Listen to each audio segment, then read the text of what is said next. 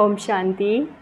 10 सितंबर की मुरली के मधुर महावाक्य। मीठे बच्चे, माया के वश करने का मंत्र है मन मना भव। इसी मंत्र में सब खूबियाँ समाई हुई है। यही मंत्र तुम्हें पवित्र बना देता है। प्रश्न है, आत्मा की सेफ्टी का नंबर 1 साधन कौन सा है और कैसे? उत्तर है, याद की यात्रा ही सेफ्टी का नंबर 1 साधन है, क्योंकि इस समय याद से ही तुम्हारे कैरेक्टर सुधरते हैं। तुम माया पर जीत पा लेते हो। याद से पतित कर्मेंद्रियां शांत हो जाती हैं। याद से ही बल आता है। ज्ञान तलवार में याद का जौहर चाहिए। याद से ही मीठे सतो प्रधान बनेंगे। कोई को भी नाराज नहीं करेंगे। इसलिए याद की यात्रा में कमज़ोर नहीं बनना। अपने आप से पूछना है कि हम कहाँ तक याद में रहते हैं। ओम शांति। मीठे मीठे रूहानी बच्चों को रोज़ रोज़ सावधानी ज़रूर देनी होती है। कौन सी? Safety first. सेफ्टी क्या है? याद की यात्रा से तुम बहुत बहुत सेफ रहते हो। मूल बात ही ये बच्चों के लिए यह है। बाप ने समझाया है, तुम बच्चे जितना याद की यात्रा में तत्पर रहेंगे उतनी खुशी भी रहेगी और मैनर्स भी ठीक होंगे, क्योंकि पावन भी बनना है, कैरेक्टर्स भी सुधारना है। अपनी जांच करनी है, मेरा कैरेक्टर किसी को दुख देने जैसा तो नहीं है। मुझे कोई दे अभिमान तो नहीं आता है। यह है अच्छी रीति अपनी जांच रखनी है। बाप बैठ बच्चों को पढ़ाते हैं। तुम बच्चे पढ़ते भी हो तो फिर पढ़ाते भी हो। बेहद का बाप सिर्फ पढ़ाते हैं, बाकी तो सब देहधारी हैं। इसमें सारी दुनिया आ जाती है। एक बाप ही विदेही है। वह तुम बच्चों को कहते हैं कि तुमको भी विदेही बनना है। मैं आया हूँ तुमको विदेही बनाने। पवित्र बनकर ही वहाँ जाएंगे। छीछी को तो साथ नहीं ले जाएंगे। इसीलिए पहले पहले मंत्र यह देते हैं, माया को वश करने का यह मंत्र है, पवित्र होने का यह मंत्र है। इस मंत्र में बहुत खूबियाँ भरी हुई है। इनसे ही पवित्र बनना है। मनुष्य से देवता बनना है। जरूर हम ही देवता थे। इसलिए बाबा कहते हैं कि अपनी सेफ्टी चाहो, मजबूत महावीर बनना चाहो तो यह पुरुषार्थ करो। बाप तो शिक्षा देते रहेंगे, भल ड्रामा भी कहते रहेंगे। ड्रामा अनुसार बिल्कुल ठीक चल रहा है, फिर आगे के लिए भी समझाते रहेंगे। याद की यात्रा में कमज़ोर नहीं बनना। बाहर रहने वाली बाधेलियाँ गोपिकाएं जितना याद करती हैं उतना सामने रहने वाले भी याद नहीं करते, क्योंकि उनको तड़पन होती है शिव बाबा से मिलने की। जो मिल जाते हैं उनका पेट जैसे भर जाता है। जो बहुत याद करते हैं वह उत्पाद पा सकते हैं। देखा जाता है अच्छे अच्छे बड़े बड़े सेंटर संभालने वाले मुख्य भी याद की यात्रा में कमज़ोर हैं। याद का जौहर बहुत अच्छा चाहिए। ज्ञान तलवार में याद का जौहर न होने के कारण किसी को तीर लगता ही नहीं, पूरा मरते नहीं। बच्चे कोशिश करते हैं ज्ञान का वाण लगाकर बाप का बनावे व मरजीवा बनावे, परंतु मरते नहीं। तो ज़रूर ज्ञान तलवार में गड़बड़ है। बाबा भल जानते हैं ड्रामा बिल्कुल एक्यूरेट चल रहा है, परंतु आगे के लिए तो समझाते रहेंगे ना। हर एक अपने दिल से पूछो, हम कहाँ तक याद करते हैं। याद से ही बल आएगा। इसीलिए कहा जाता है ज्ञान तलवार में जौहर चाहिए। ज्ञान तो बहुत सहज रीति समझा सकते हैं। जितना जितना याद में रहेंगे उतना बड़े मीठे बनते जाएंगे। तुम सतो प्रधान थे तो बहुत मीठे थे, अब फिर सतो प्रधान बनना है। तुम्हारा स्वभाव बहुत मीठा चाहिए। कभी नाराज नहीं होना चाहिए। ऐसा वातावरण न हो जो कोई रंज हो। ऐसी कोशिश करनी चाहिए क्योंकि यह ईश्वरीय कॉलेज स्थापना करने की सर्विस बहुत ऊंची है।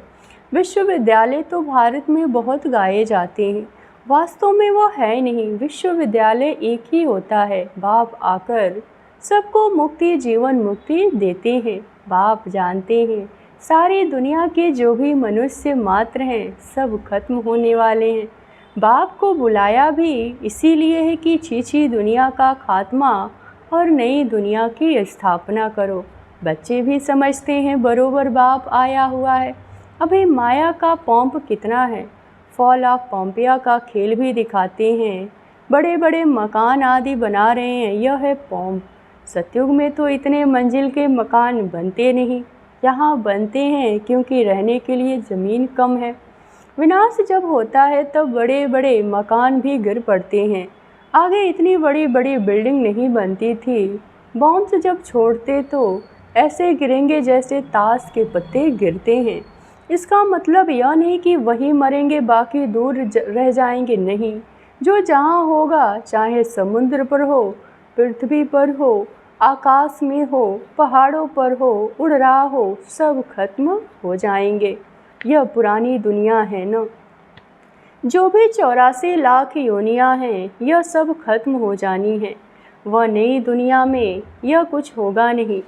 इन न इतने मनुष्य होंगे, न मच्छर, न जीव जंतु आदि होंगे। यहाँ तो ढेर के ढेर हैं। अब तुम बच्चे भी देवता बनते हो तो वहाँ हर चीज़ सतो प्रधान होती है। यहाँ भी बड़े आदमी के घर में जाएंगे तो बड़ी सफाई आदि रहती है। तुम तो सबसे जास्ती बड़े देवता बनते हो। बड़े आदमी भी नहीं कहेंगे, तुम बहुत ऊंच देवता बनते हो। यह कोई नई बात नहीं है। 5000 वर्ष पहले भी तुम बने थे नंबरवार। यह इतना किचड़ा आदि वहाँ कुछ नहीं होगा। बच्चों को बड़ी खुशी होती है, हम बहुत ऊंचे देवता बनते हैं। एक ही बाप हमको पढ़ाने वाला है जो हमको बहुत ऊंच बनाते हैं। पढ़ाई में हमेशा नंबरवार पोजीशन वाले होते हैं। कोई कम पढ़ते हैं, कोई जास्ती पढ़ते हैं। अब बच्चे पुरुषार्थ कर रहे हैं, बड़े बड़े सेंटर खोल रहे हैं, इसीलिए कि बड़ों बड़ों को मालूम पड़े। भारत का प्राचीन राजयोग भी गाया हुआ है। खास विलायत वालों को जास्ती उत्सुकता होती है राजयोग सीखने की।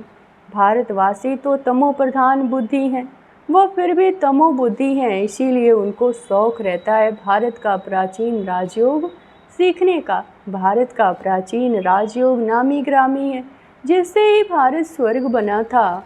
बहुत थोड़े आते हैं जो पूरी रीति समझते हैं। स्वर्ग हेवन को पास हो गया सो फिर होगा जरूर। हेवन अथवा पैराडाइज है सबसे वंडर ऑफ वर्ल्ड। स्वर्ग का कितना नाम वाला है। स्वर्ग और नरक, शिवालय और वेश्यालय। बच्चों को अब नंबरवार याद है कि हमको अब शिवालय में जाना है। वहाँ जाने के लिए शिव बाबा को याद करना है। वही पंडा है सबको ले जाने वाला। भक्ति को कहा जाता है रात और ज्ञान को कहा जाता है दिन। यह बेहद की बात है। नई चीज़ और पुरानी चीज़ में बहुत फ़र्क होता है। अब बच्चों की दिल होती है इतनी ऊंच से ऊंच पढ़ाई, ऊंचे से ऊंचे मकान में हम पढ़ाएं तो बड़े बड़े लोग आएंगे। एक एक को बैठ समझाना पड़ता है। वास्तव में पढ़ाई व शिक्षा के लिए एकांत में स्थान होते हैं। ब्रह्मज्ञानियों के भी आश्रम शहर से दूर दूर होते हैं, नीचे ही रहते हैं, इतने ऊपर की मंजिल नहीं रहते। अभी तो तमो प्रधान होने से शहर में अंदर घुस पड़े हैं, वह ताकत खत्म हो गई। इस समय सबकी बैटरी खाली है। अब बैटरी को कैसे भरना है यह बाप के सिवाय कोई भी बैटरी चार्ज न कर सके। बच्चों को बैटरी चार्ज करने से ही ताकत आती है। उसके लिए मुख्य है याद। उसमें ही माया के विघ्न पड़ते हैं। कोई तो सर्जन के आगे सच बतलाते हैं, कोई छिपा लेते हैं। अंदर में जो खामियां हैं वह तो बाप को बतलानी पड़े। इस जन्म में जो पाप किए हैं वो अविनाशी सर्जन के आगे वर्णन करना चाहिए। नहीं तो वह दिल अंदर खाता रहेगा, सुनाने के बाद भी खाएगा नहीं। अगर रख लेना है यह भी नुकसान कारक है। जो सच्चे सच्चे बच्चे बनते हैं वह सब बाप को बतला देते हैं, इस जन्म में यह पाप किए हैं। दिन प्रतिदिन बाप जोर देते रहते हैं, यह तुम्हारा अंतिम जन्म है। तमो प्रधान से पाप तो जरूर होते होंगे। बाप कहते हैं, मैं बहुत जन्मों के अंत में जो नंबर 1 पतित बना उसमें ही प्रवेश करता हूँ, क्योंकि उनको फिर भी नंबर 1 में जाना है। बहुत मेहनत करनी पड़ती है। इस जन्म में पाप हुए हैं न, कईयों को पता ही नहीं पड़ता कि हम ये क्या कर रहे हैं। सच नहीं बतलाते, कोई कोई सच बतला देते हैं। बाप ने समझाया, बच्चे तुम्हारी कर्मेंद्रियाँ शांत तब होंगी जब कर्मातीत अवस्था बनती है। जैसे मनुष्य बूढ़े होते हैं तो कर्मेंद्रियाँ ऑटोमेटिकली शांत हो जाती हैं। इसमें तो छोटेपन में ही सब शांत हो जाना चाहिए। योग बल में अच्छी तरह रहे तो इन सब बातों की एंड हो जाए। वहाँ कोई ऐसी गंदी बीमारी, पिछड़ा पट्टी आदि कुछ होता नहीं। मनुष्य बड़े साफ शुद्ध रहते हैं। वहाँ है ही राम राज्य और यहाँ है रावण राज्य, तो अनेक प्रकार की गंदगी, बीमारी आदि हैं। सतयुग में यह कुछ होता नहीं। बात मत पूछो, नाम ही कितना फर्स्ट क्लास है। स्वर्ग नई दुनिया, बड़ी सफाई रहती है। बाप समझाते हैं, इस पुरुषोत्तम संगम युग पर ही तुम सब बातें सुनते हो। कल नहीं सुनते थे। कल मृत्यु लोक के मालिक थे, आज अमर लोक के मालिक बनते हो। निश्चय हो जाता है कल मृत्यु लोक में थे, अभी हम संगम युग पर आने से अमर लोक में जाने के लिए पुरुषार्थ कर रहे हो। पढ़ाने वाले भी अब मिला, जो अच्छी रीति पढ़ाते हैं, पैसा आदि भी अच्छा कमाते हैं। बलिहारी पढ़ाई की ही कहेंगे। यह भी ऐसे है, इस पढ़ाई से तुम बहुत ऊंच पद पाते हो। अभी तुम रोशनी में हो, यह भी सिवाय तुम बच्चों के और कोई को मालूम नहीं। तुम फिर भी घड़ी घड़ी भूल जाते हो, पुरानी दुनिया में चले जाते हो। भूलना मना पुरानी दुनिया में चले जाना। अभी तुम संगम युगी ब्राह्मणों को मालूम है कि हम कलयुग में नहीं हैं, यह सदैव याद रखना। हम है नए विश्व के मालिक बन रहे हैं। बाप हमको पढ़ाते ही हैं नई दुनिया में ले जाने के लिए। यह है शुद्ध अहंकार, वह है अशुद्ध अहंकार। तुम बच्चों को तो कभी अशुद्ध ख्यालात भी नहीं आना चाहिए। पुरुषार्थ करते करते आखिरी पिछड़ी में रिजल्ट निकलेगी। बाप समझाते हैं, इस समय तक सब पुरुषार्थी हैं। इम्तहान जब होता है तो नंबरवार पास हो, फिर ट्रांसफ़र हो जाते हैं। तुम्हारी है बेहद की पढ़ाई, जिसको सिर्फ तुम ही जानते हो। तुम कितना समझते हो, नए नए आते रहते हैं बेहद के बाप से वर्षा पाने के लिए। भल दूर रहते हैं, फिर भी सुनते सुनते निश्चय बुद्धि हो जाते हैं। ऐसे बाबा के सम्मुख भी जाना चाहिए। जिस बाप ने बच्चों को पढ़ाया, ऐसे बाप के सम्मुख तो ज़रूर मिलना चाहिए। समझकर फिर यहीं आते हैं। कोई नहीं समझते हुए भी यहाँ आने से समझ जाते हैं। बाप कहते हैं, दिल में कोई भी बात हो, समझ में नहीं आती तो भल पूछो। बाप तो चुंबक है ना, जिसकी तकदीर में है वो अच्छी रीति पकड़ सकते हैं। तकदीर में नहीं तो फिर खलास, सुना अनसुना कर देते हैं। यहाँ कौन बैठ पढ़ाते हैं? भगवान, उनका नाम है शिव। शिव बाबा ही सबको स्वर्ग की बादशाही देते हैं। फिर कौन सी पढ़ाई अच्छी है? तुम कहेंगे हमको शिव बाबा पढ़ाते हैं, जिससे 21 जन्मों की बादशाही मिलती है। ऐसे ऐसे समझते ले जाते हैं। कोई तो पूरा न समझने के कारण इतनी सर्विस नहीं कर सकते, बंधन की जंजीरों में जकड़े रहते हैं। शुरू में तुम कैसे अपने जंजीरों को छुड़ा कर आए? जैसे कोई मस्ताने होते हैं। यह भी ड्रामा में पार्ट था जो कशिश हुई। ड्रामा में भट्टी बननी थी, जीते जी मरे, फिर माया की तरफ कोई कोई चले गए। युद्ध तो है ही ना, माया देखती है, इसने बड़ी हिम्मत दिखाई है। अब हम भी ठोक कर देखते हैं कि पक्के हैं वा नहीं।